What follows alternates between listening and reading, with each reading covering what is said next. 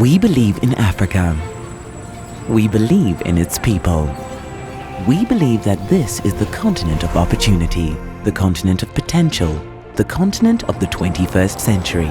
We believe that the time for Africa to rise, to grow, to take its rightful place in the world is now. In the first decade of this century, as the spotlight shone on emerging markets, sub-Saharan economies enjoyed the benefits of investment in manufacturing, combined with trade liberalization and the adoption of digital technology. This was the catch-up principle at work. Poorer countries prospered from the boom, which led to a boost in economic output per head. But the 2010s brought tougher times. Governments learned the hard way that fast growth is not a given. What is the secret to unlocking Africa's potential, to harnessing its opportunities, to unleashing its capacity for growth? We believe it's in the air around us. We believe that Africa's bright tomorrow is in the stars. We stand at the cusp of a new opportunity, driven by a growing young population, increasing urbanization, and rapid adoption of smartphones and internet on the continent. Today, with the backing of some of the world's richest companies, including Amazon and SpaceX, Africa is set to benefit from a global satellite internet network, giving every person on the continent access to fast, cheap broadband. We believe that this is a great time to be a tech player in Africa. We believe that we can leverage digital infrastructure to enhance efficiencies and economic activity in crucial ecosystems, including agriculture and business-to-business services. We believe that we can contribute to growth and help Africans take charge of their destiny. We're not here for quick returns. We're here for long-term growth. We're here to finance the building of power generation, factories and ports, the hard infrastructure that Africa's economies need for development. We're here to support crucial soft infrastructure too, including the African Continental Free Trade Area and Africa's education and health systems. We believe in Africa. We believe in its people. We believe in its tomorrow. We believe in working together to make that brighter future happen. We believe that it can be.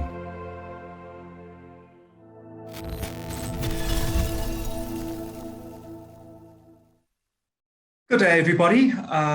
Welcome to this session of the Manufacturing Indaba. Very excited to be chatting to you today with the distinguished panel that we have about the African Continental Free Trade Area. It's something that gets a lot of airtime, but also an equal amount of lack of understanding in many respects as people grapple with a continent-wide free trade area. We're going to try and unpack some of that, and we've got a very nice range of people in our panel today who will be talking to you and interacting with you on the African Continental Free Trade Area and the various aspects of it. So we have, and we will kick off with each of the panelists giving us 5 to 7 minutes of their views on the Continental Free Trade Area from their specific perspective, so that we get different perspectives on what it is, how it's being implemented, what the potential benefits of it would be, and also more pertinently, whether it is going to be transformative and succeed in its objectives that have been set out to increase the levels of intra-African trade, rather than Africa simply exporting to the world and importing from the world. So we're going to kick off initially with Professor Rajen Pillay, who's the Chief Executive Officer of Garud Capital. I will let each of the speakers introduce themselves very briefly, but you will also be able to have a look at their CVs at your leisure. We'll then go to Andre Snijders, who is an industry specialist at Standard Bank in the Standard Bank Research Division. And from there, Dr. Savia Bassoon, who is the Executive Director of Standards at the SABS here in South Africa. And then not least of all, Mbongeni Ndlovu, who is the Head of African Trade and Industry at Ilovo TWIMS, the Toyota-based institute. So those are our speakers, and as you can see, they each come from a very different background. And we're very interested to see what they have to say about the free trade area and what it looks like going forward. Professor Pillay, if you would like to unmute yourself and then please kick it off and give us some introductory remarks as you see the free trade area unfolding. Thank you. Good afternoon, everyone. I'm Professor Rajan Pillay, CEO of Garuda Capital. I'm a corporate finance specialist, a banker, and a professor of financial engineering at the University of Johannesburg. I've been fairly heavily involved in the Continental Free Trade Agreement and what it means for South Africa, and am advising a few corporates regarding the impacts of the Continental Free Trade Agreement. Thank you.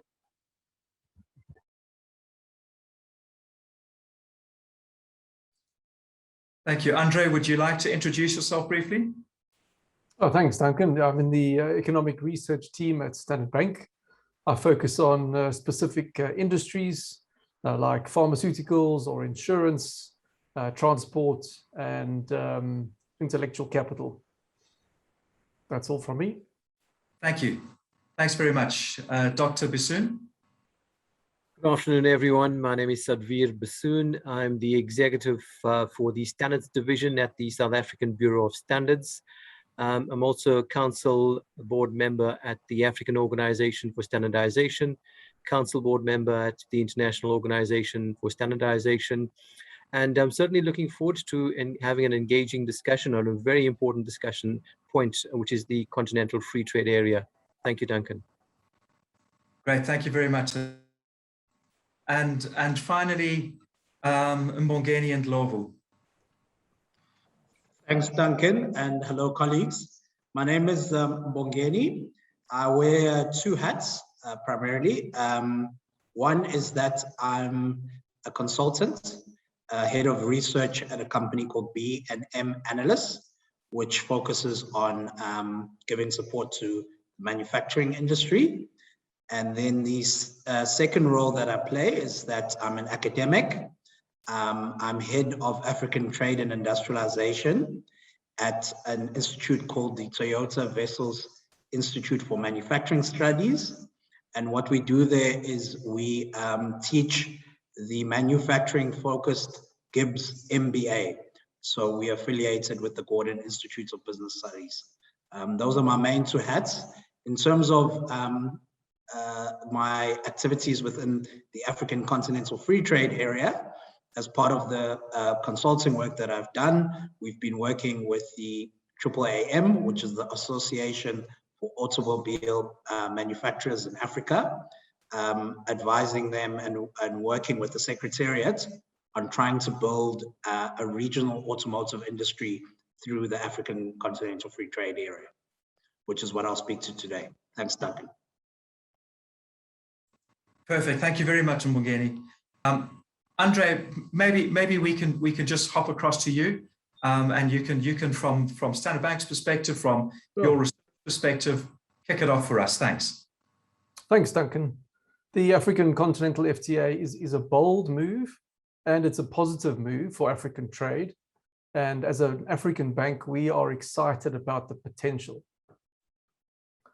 To make the most of this opportunity, I think we need to understand three main things. Firstly, we need to be very clear about what has already been agreed. Secondly, we need to be clear about what is still to come, like the rules of origin, for example. And thirdly, we need to have a discussion about what is really preventing more trade between African trade partners. Then if there's more time and we can make more real progress, we can get into more detail about trade in services, in the investment frameworks, and intellectual property. But let's start with what's already been agreed. And that is a free trade area. It's not a customs union, and there's no common external tariff.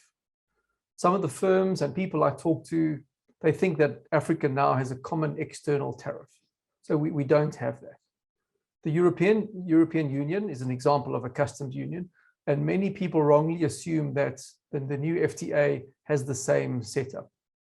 We do actually have a very successful customs union, SACU, but that is much smaller, and it's been around for over 100 years. And almost all of the largest trade partnerships in Africa are already inside that customs area. Another thing that's already been agreed is that the African Continental FTA sits on top of the regional economic communities, also known as the RECs. So SADC, ECOWAS, and the East African Community, they remain in place. And in some ways, they're actually strengthened by the recent agreement. The Secretariat of the Continental FTA is based in Accra, and they can do a lot, but they will rely on the RECs in future. And I think we should all help to spread the news of what has actually been agreed. Sometimes the positive headlines are so abbreviated that too many firms are still not clear, what to do and where the opportunities are. So the second thing is, what is still to come? And the big thing we need to look out for is the rules of origin. Trade is all about details, and we can't honestly assess the full FTA until we know more about the rules of origin. Just as an example, if you're making an umbrella in, let's say, Tanzania, and you're hoping to export that umbrella to 25 other countries in Africa, we need to know the percentages of what was actually made in Africa in that umbrella, the handle, the wire spokes, the material, because many of these things we simply will not be able to make in Africa, and some of those will be imported, and that's fine. We just need to agree on what percentages by value or by volume, all those sorts of things. So perhaps 10% of the value of the umbrella can be imported, or maybe 25%. And of course, that will be different for textiles, for autos, and pharmaceuticals. So that's a really big deal, and we should look out for that in future. We also need clarity on a few other items, so trade and services, intellectual property, and the investment frameworks. But the best thing about this FTA is it's moving the conversation forward towards things like services and investment, which is very beneficial for African trade. We must always remember that if you're a member of an FTA, you are allowed to conclude agreements for the trade in goods with third parties, and you are allowed to use import tariffs for domestic policy purposes, such as, for example, promoting industrialization. In a customs union, you may not do that. Then, Duncan, the third thing I'd like to cover just quickly is what are the biggest obstacles to trade? And some people take the view that tariffs are the biggest obstacle. And certainly they are one of the obstacles, but in our view, they're not the biggest obstacle. There are many other things that are practical and even physical obstacles. Whether you're selling umbrellas or tires or food into Ghana or the DRC, you really face barriers. The biggest one is, of course, the cost of freight and logistics, the sheer effort required to get physically through the port or through the border crossing.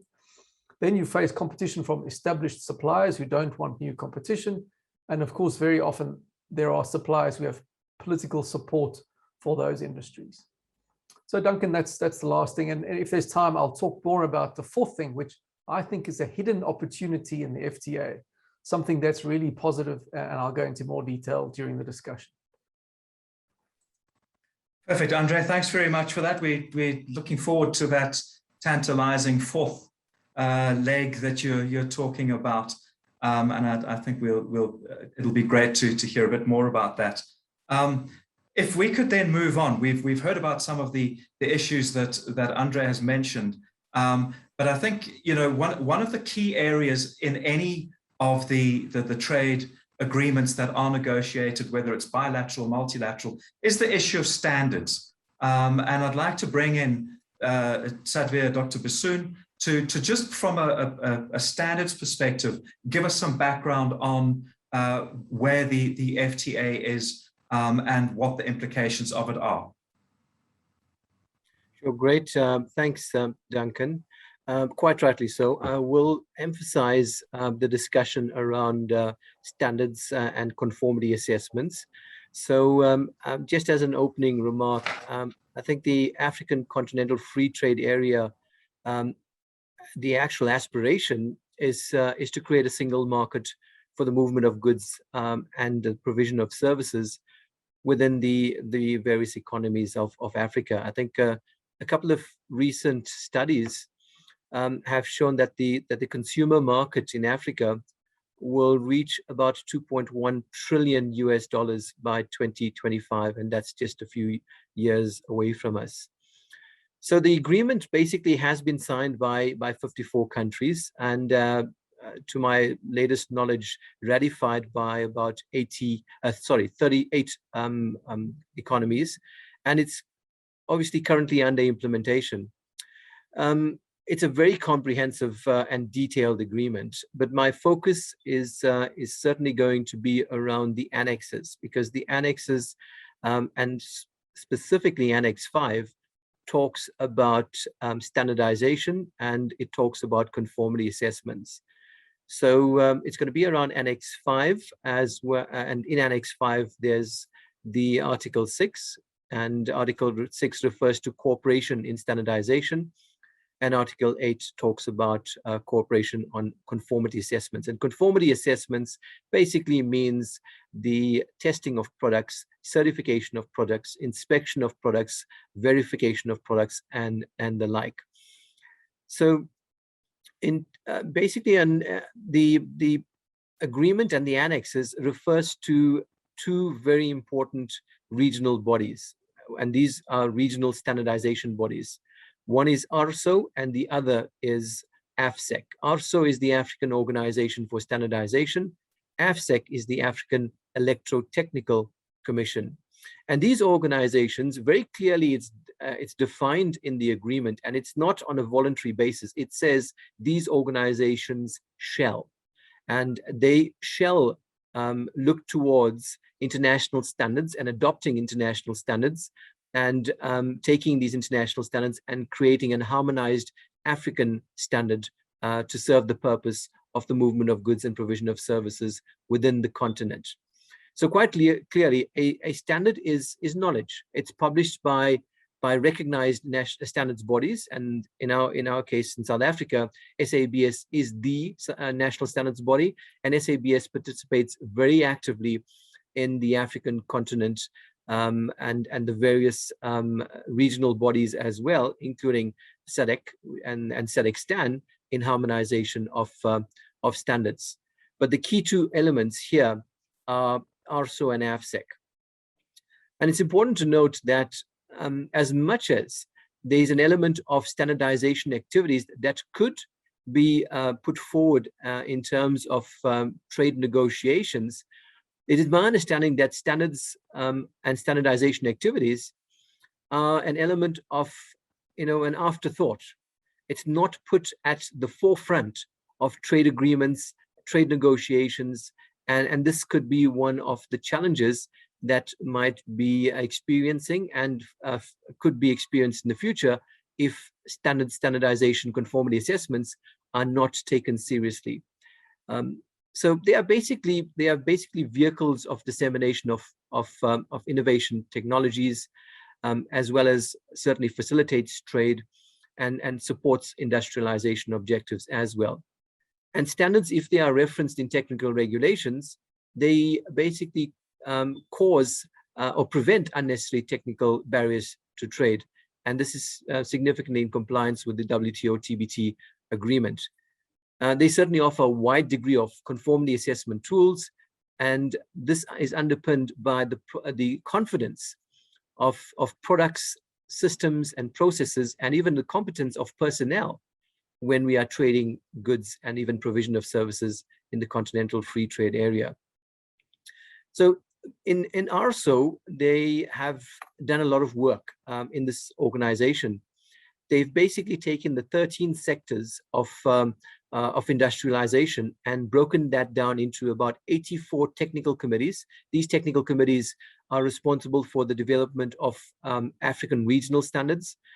Just a few sectors to highlight here includes agro-processing, agriculture, leather, textiles, minerals, machinery, tools, petrochemicals, and one of the clear ones that are at the forefront as well in terms of developing a strategy is ICT and digitization.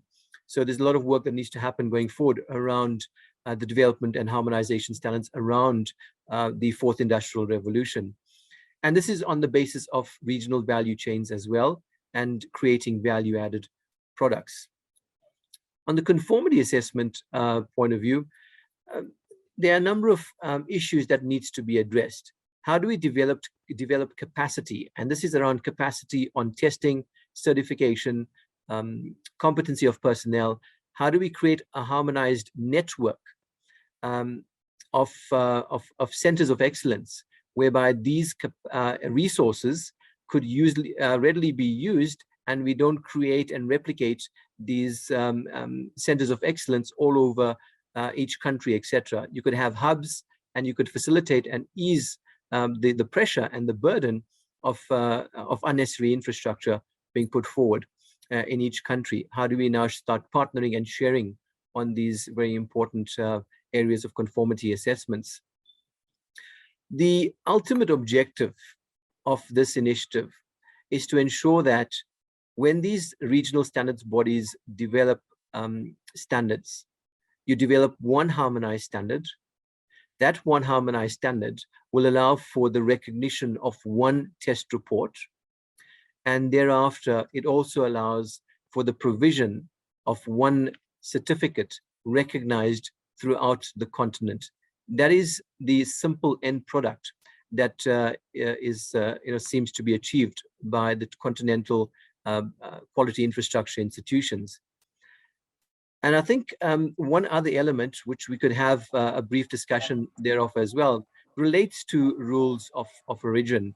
And it's an area whereby ARSO has put together with the African Union, a publication, and that's a draft publication. It's a publication that's currently considered under a consultative process, and it's referred to as a Made in Africa standard. And it basically seeks to support the implementation of the Continental Free Trade Area, supports the rules of origins, and it promotes the preference to products and services that originate in Africa, which is an element of local content, as you may refer to it as, and that program to be implemented in the African continent. But I think we could unpack a few of the details that are within this document, bearing in mind that it's still in draft stage. Thank you, Duncan. I think I'll stop there for now. Thank you very much, Sadhvir, for those insights into the issue of standards, and I think that they are a critical one if this free trade area is to be implemented and implemented correctly. I'd like to move across now to Professor Rajan Pillay. Professor Pillay, if you could give us your thoughts on the free trade area and what its likely impact would be. Thank you. Thank you very much. So I'd like to talk directly on the possible impacts of the free trade area on manufacturers, and to be quite specific on it. There's essentially three areas that I want to be able to cover. Is that in terms of the free trade area, we don't see a common currency coming through fairly shortly or fairly quickly. As was mentioned earlier, in the case of the European Union, the common currency took something like, well, a rather long time to get going. And the real benefits of a free trade area come, of course, with having the benefits of a common currency. And that has the effect of reducing essentially a major cost of intercontinental trade.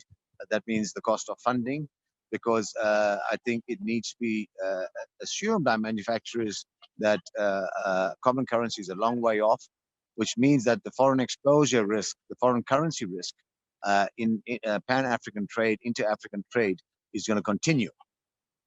There's going to continue to be a need for third currencies and stable currencies, and then the cost of trade is going to be impacted by the cost of conversion, of foreign currency conversion, converting from pula into a dollar and dollar into rand, etc., etc. So I think that's a realization which manufacturers need to still continue to bear in mind, that cost is still going to be there. It's not going to be disappearing by virtue of the free trade area per se. So financing costs, I think, are going to remain similar, and it's going to impact manufacturing because it impacts the cost of the product and service delivery. The next point I would like to touch on is that, as was mentioned earlier, there are several bilateral trade areas, COMESA, SADC, ECOWAS, etc. Now, those trading blocks will continue to exist and continue to be operative until it's actually dismantled. And it can only be dismantled once the free trade area has everything in a row.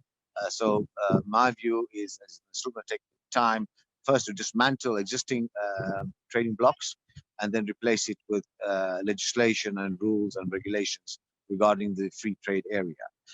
This then will continue to exert an influence on Pan-African trade, inter-African trade, because the logistics requirements of export and import documentation, for example, will continue to be fairly onerous on exporters and importers as they have been in the past.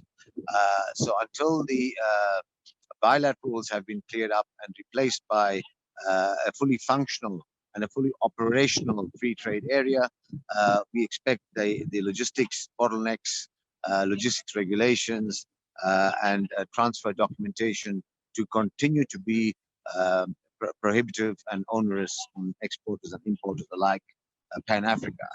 So that will take time. However, if we look at the long term and on the assumption that the free trade area is up and running and fully operational, then I think that is the time when the most impacts will be felt by the manufacturing sector, primarily because it will essentially result in a reduction of duties and tariff protection. And of course, if tariff protection comes down, you'll find that prices will tend to drop and to decrease.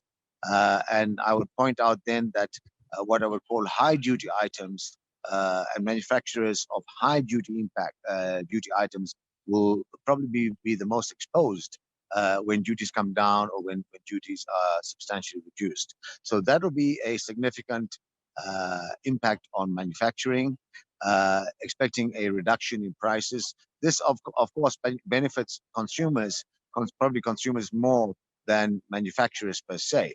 So consumers will benefit by tariff reductions and duty reductions. It will have an impact on manufacturing.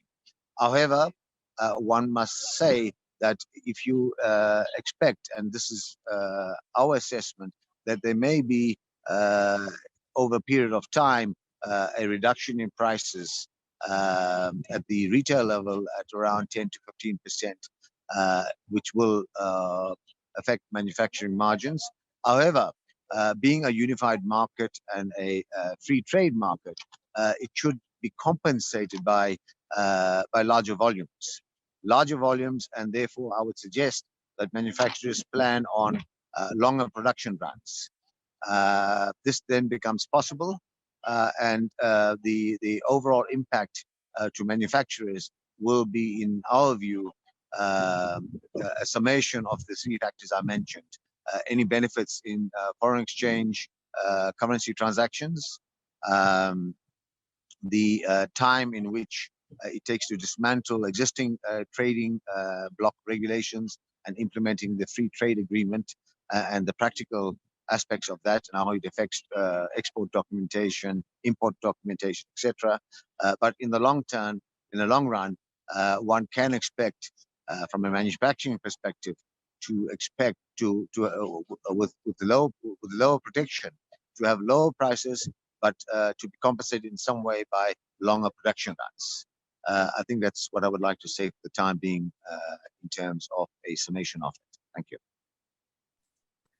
Fantastic. Thank you very much, Professor Pillay. I think that really does get to the nub of what the free trade area is supposed to produce for us all: lower prices, greater volumes, greater levels of intra-African trade rather than extra-African trade. Finally, on the panel, Mbongeni and Lovo, if you would like to give us your thoughts on where we are. You're still on mute. If you could just unmute yourself. Fantastic. There we go. Thank you very much. Thank you again, Duncan. Yeah, interesting to hear the colleagues today.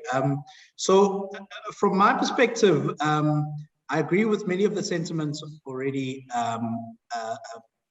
provided, which is that the African Continental Free Trade Area is a positive and ambitious initiative. But it's our position that in order to maximize the gains, it needs to form part of a regional industrialization strategy, and it needs to be supported by certain policy instruments and the creation of market institutions that actually supports regional industrialization. The case study that I'll use is one of the automotive industry. The automotive industry is quite an important manufacturing subsector for various reasons. It's part of a global value chain. It's a value chain that competes around global standards, around very few OEMs that make investment decisions about where they would locate. So it's driven by economies of scale. It's driven by high meeting of standards through just-in-time or just-in-sequence manufacturing, and it requires a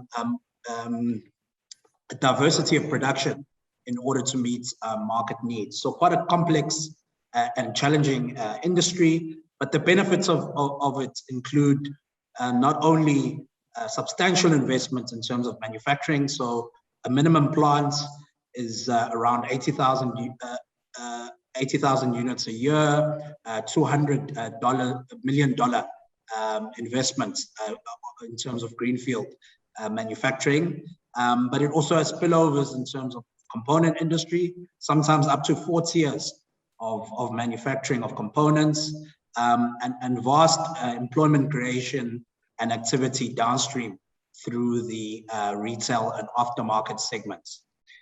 And when we look at the case for the automotive industry in Africa, we see that there's great potential.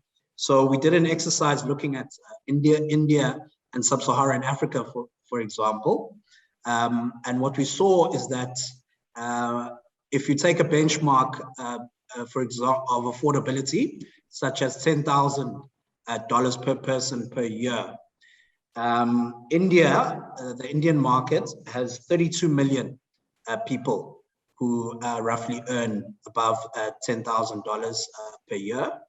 In contrast, Sub-Saharan Africa has 34 million. And then if you extend that to the continent, it's 66 million. However, the vehicle market in India is around 4 million units a year, whereas in the whole of Sub-Saharan Africa, it's around 1.2 million. So on the one hand, we have more than double of the income to support a market and to support production, but we have less of the market.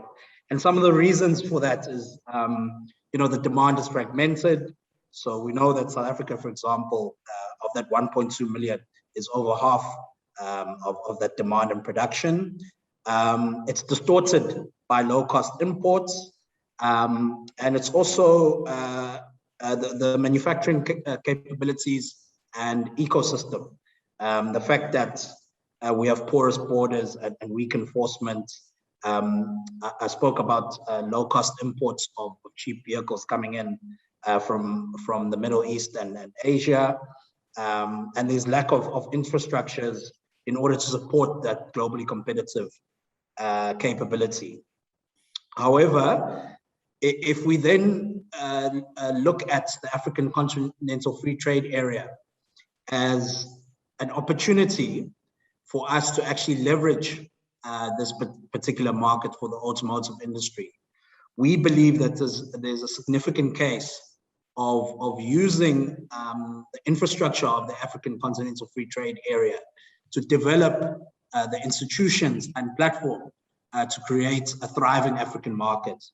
So on the positive side, what the Continental Free Trade Area would do is that it aggregates that demand, and to some extent, it could create, through its regulations and enforcements, can create competition or protection, rather, from unfair competition.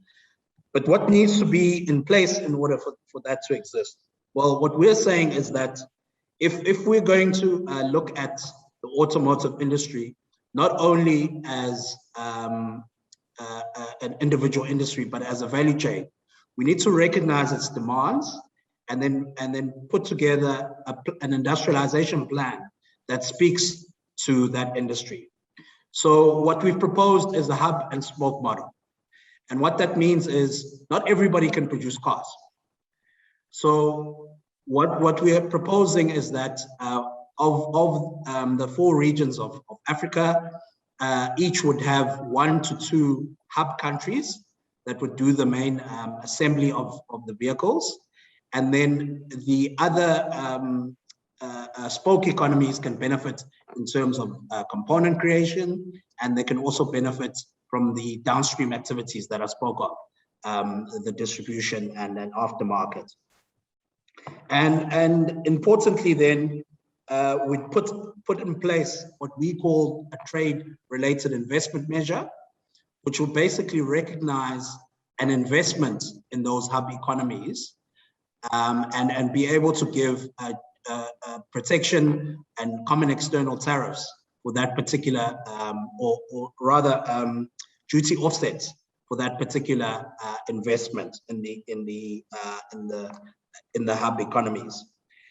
And just to touch on some of the points that some of the other colleagues have made, in terms of, for example, the rules of origin, we've worked on a definition of what should constitute manufacturing, and we've decided based on the structure, the size of the market, and what's is available for manufacturing. We've defined a definition for a completely knocked down CKD production, which basically means that the drivetrain can still be imported, but you'd have all of the rest of the manufacturing components placed within your particular location. And we think that it needs to have a rules of origin of origination of around 40%. So basically, in order for it to qualify as a locally produced product, it needs to have 40% local content in value terms. And similar thing, we had talked earlier about the standards. What we need there is a homologation system, which ensures that all of the vehicles that are either locally produced or imported by a local investor actually get the recognition of homologation. So given the time, I'll concede there, and we can follow up with if there are further questions or comments. But I just wanted to demonstrate a case study using the automotive industry that indeed the market is there. This is a positive step in the right direction for us to create a common market. However, we need to make sure that we put in the institutions in order to create regional value chains. Mbongeni, thanks very much for that. And I think it sounds like a very well thought out strategy for that particular sector. And I'm sure that there are other sectors that we could look at as well. I know that in many of the resource and extractive industries, whether it's oil and gas, mining, or everybody's new darling renewable energies, a lot of countries are now starting to look at utilizing those to create industrialization. Perhaps, Savir, we could just get back to you. Mbongeni did mention the issue of homologization of standards, and perhaps you've also touched on the need to have not to have every country with with the ability? Do you feel that there's a nice harmonization maybe of looking at standards and using this industrialization as the way to unlock that process? Well, thanks, Duncan. Yeah, Mbongeni touches on some very valid points. I agree wholeheartedly that we need to have an industrialization strategy. So we can't be all over the place and just look at one country, a highly industrialized country, and benefit a particular country or a ring fencing couple of countries. It defeats the purpose of the entire aspiration of the continental free trade area. It has to be looked at in totality. And once you look at it in totality, it's going to take a much longer time to achieve what we want to achieve. But we have to go in it together. There is significant divergencies between, and I'm not even talking about standards, economies, etc. The 55 member countries, very divergent. I mean, I can speak on behalf of standards bodies. Some standards bodies have, at least 3, 4, 5 members to a national standards body. SABS has in its portfolio 800 staff members, developing standards and providing conformity assessments. So it's like chalk and cheese comparison, but we need to move together. So when you talk about harmonization, it's about give and take as well. It's about a negotiated process of how we pace ourselves. Some of us might want to move very fast, etc., because of the opportunities, but how do we slow that, but over a period of time achieve what we want to achieve? And if we don't do that, the entire process has the possibility to fail. But when it comes to homologation, I think more on a regulatory perspective, and I would not want to endeavor too much into the regulatory space, but the principles are the same. Harmonization of standards is very critical. It's about quality of products, minimum quality of products, not an aspirational high quality of products that's going to create a protective barrier between certain economies. That is not the aspiration of developing standards. It's about a minimum quality that needs to be achieved and make that as the harmonized standard in the African continent. Again, it's about negotiations. And sitting around the table with about 40 national standards with different and divergent viewpoints and divergent socioeconomic statuses becomes very challenging to develop a standard. Sometimes it takes 3, 4, 5, 6 years to develop a particular standard. But what is good is that we adopt international standards. And by adopting those international standards, we can tweak it slightly based on the peculiarities of the region in terms of our differences in terms of industrialization. Climate becomes a very important issue in terms of climatic conditions, geographic locations, etc. And those things need to come into consideration. But it's all about a negotiated process, taking into consideration a very divergent state of affairs in terms of economy, in terms of capacity capabilities in the region.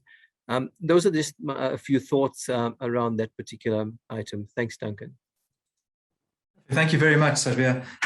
Andre, you mentioned at the beginning that you had this fourth pillar that you wanted to mention. Please share it with us. Yeah. Duncan, I call it the hidden opportunity because I haven't heard many people talking about it. It's not really hidden. It's right there in Article 4 of the Protocol on Trade in Goods. And it says that it requires that all preferences granted to third countries, so that could be India, it could be the Philippines, it could be China, under the FTAs, these must also be granted to African partners within the African Continental FTA under the principle of reciprocity. So let's think about what this means. So we want to avoid the situation where there's an agreement between, let's say, Angola and Mercosur in South America, which could create trade preferences that disadvantage intra-African trade.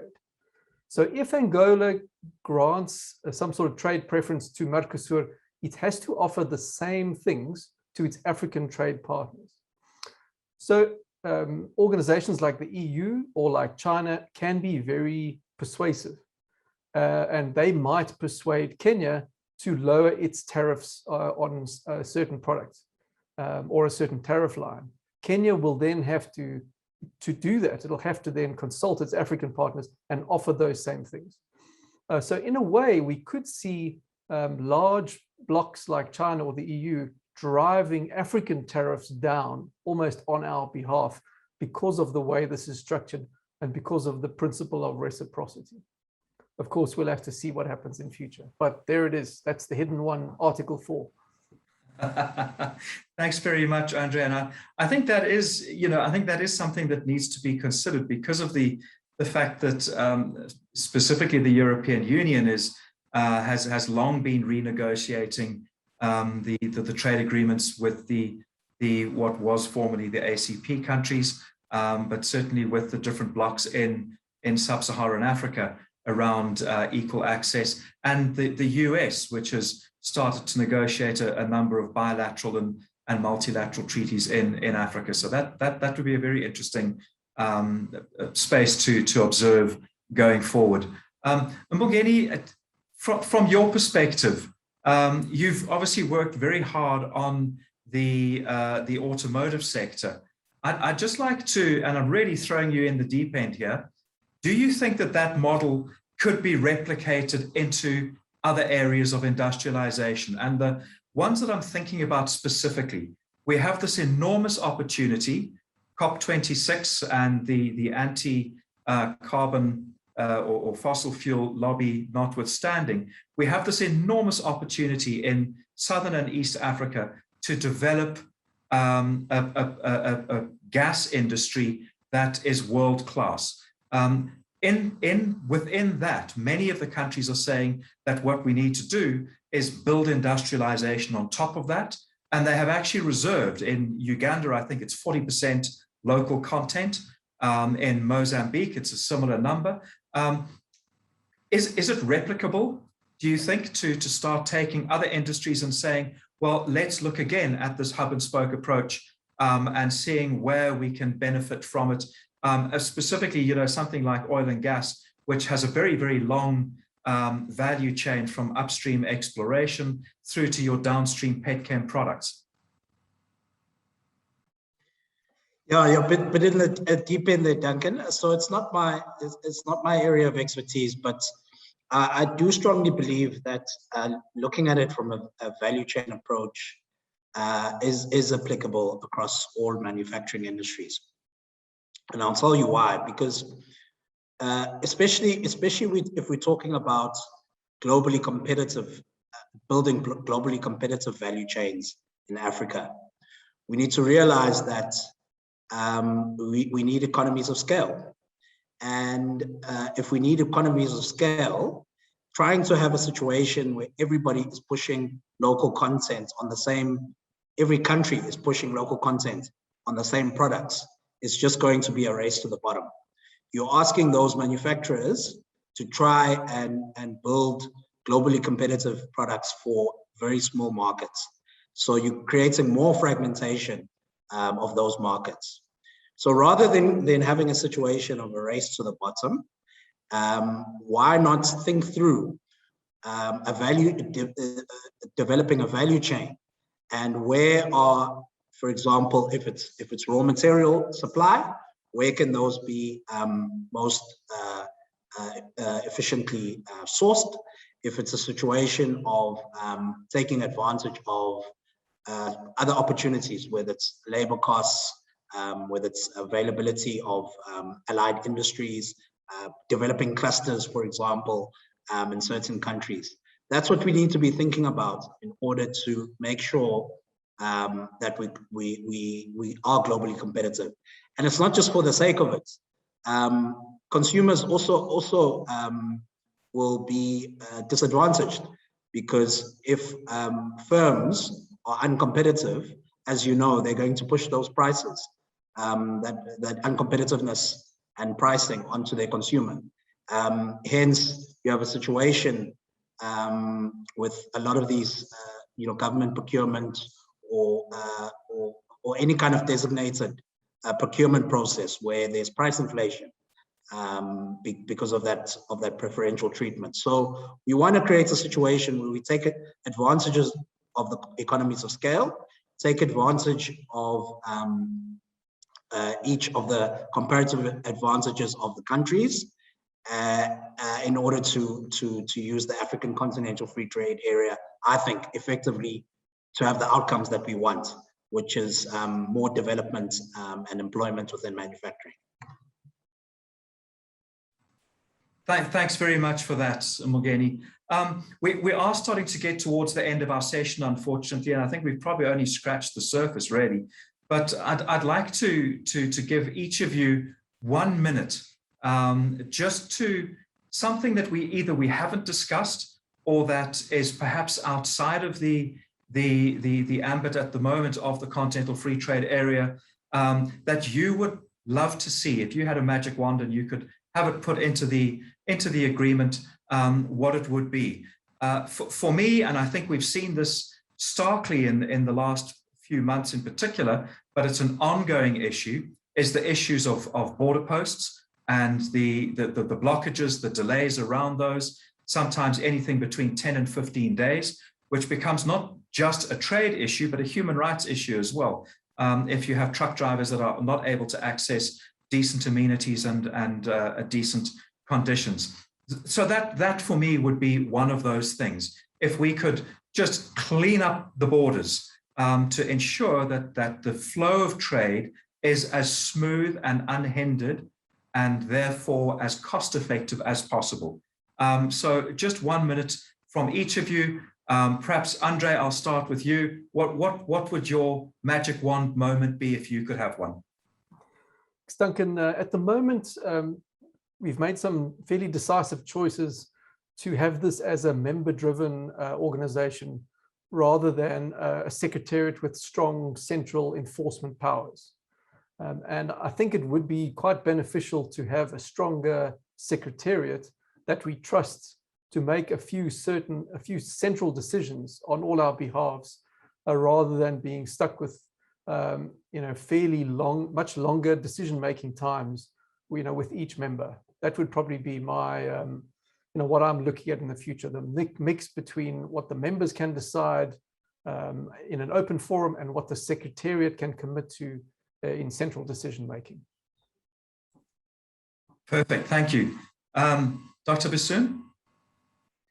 Thanks, Duncan. Yeah, so it's an interesting one because at the point there's a lot that comes to mind anyway, and I did briefly mention the Made in Africa initiative, and I think that's an element that supports the rules of origin concept that has been put forward, as well as how you articulate the rules of origin. Each one of us could have different context and criteria on rules of origin. But I think Made in Africa, that policy, whether it's going to be a standard or a policy, etc., will play a very instrumental role in defining what are the specific criteria and encompassing and encapsulating the rules of origin as well. It is certainly an incentive framework, and I must admit, and it certainly promotes the production of goods and the movement of services as well within the continent. And as I mentioned previously, it was about benefit from the preferential trade agreements that are already existing in the Continental Free Trade Area as well. I personally believe that it will have a significant impact on eliminating unnecessary laws, as well as regulations, and a lot of the bureaucratic processes that will allow for the efficient movement of products within the African Continental Free Trade Area. Just a passing shot as well. The Pan-African quality infrastructure is already there. It's mature. All we need to do is make sure that we leverage on these quality infrastructure institutions and implement what needs to happen in terms of standards, regulations. We have the political buy-in. As I say, the devil is in the detail and the implementation thereof. I think the commitment at the lower levels and the implementation at the lower levels will certainly provide the stimulus towards achieving what we are aspiring to achieve as part of the enhanced movement and trade of goods within the countries in the African continent. Thanks, Duncan. Perfect, thank you very much. Mbongeni, your final thoughts? Thanks, Duncan. I will end on a bit of a cautionary note to say that I think we need to industrialize before we liberalize. I think there needs to be a bit more consideration about whether, for example, the 10-year period of adoption of the free trade area is enough for us to be able to actually develop the kind of institutional frameworks that we need in order to facilitate trade. And I'd also mention that I would hope that at least as we mature, there could be a few sort of bilateral or multilateral agreements that can sort of be the pilots to see whether this is feasible, and we don't just have a situation where we roll into it without actually having some case studies of the implementation. And I think the automotive industry is one that is primed to be able to use this continental free trade area as a platform to create. And then very lastly, we still need to see the protocols and the rules around dispute settlements. We know that we're in a situation right now with the WTO where the appellate body has basically been broken. So we need to make sure that we learn the lessons from some of these institutions in how we actually manage dispute settlement. Otherwise, all that we do could be in vain, in terms of disputes later on. So those are some of my cautionary thoughts, I think, to end. Apologies, it's not overly. Fantastic. Thank you very much, Mbongeni. And folks, with that, we're going to wrap up. I think what we've seen is that there's already been an enormous amount of groundwork that's gone into the Continental Free Trade Area. A lot of it is building on building blocks that are already in place, but in many instances, there still needs to be a little bit of cross-harmonization between those various building blocks in order to get the optimal results. I think there has come through a sense that this isn't simply a matter of let's open everything up and everything will be fine, that we do need to perhaps take a slightly more nuanced look at what the benefits are, given that you've got countries that have close to 200 million people versus others that are sitting at about 1 million people, some that are more advanced industrially against others that are very agriculturally based, in order that we're able to ensure that all countries are able to benefit to some degree through the Continental Free Trade Area. I think there is still a lot of work to be done, but it's also, I think, heartening if we look at other parts of the world, notably the European Union, which took from 1957 with the iron and steel agreement all the way through to the 1990s before they actually became a single unitary body. So, for those people who say that it can't happen in Africa, it's going to happen. It just has to be done in a proper, managed, staged, predictable manner, and we will get there, I'm pretty sure. To the panelists, Dr. Sadvir Bassoon, to Mbongeni and Ndlovu, Andre Snyders, and to Dr. Rajan Pillay, thank you so much for being here.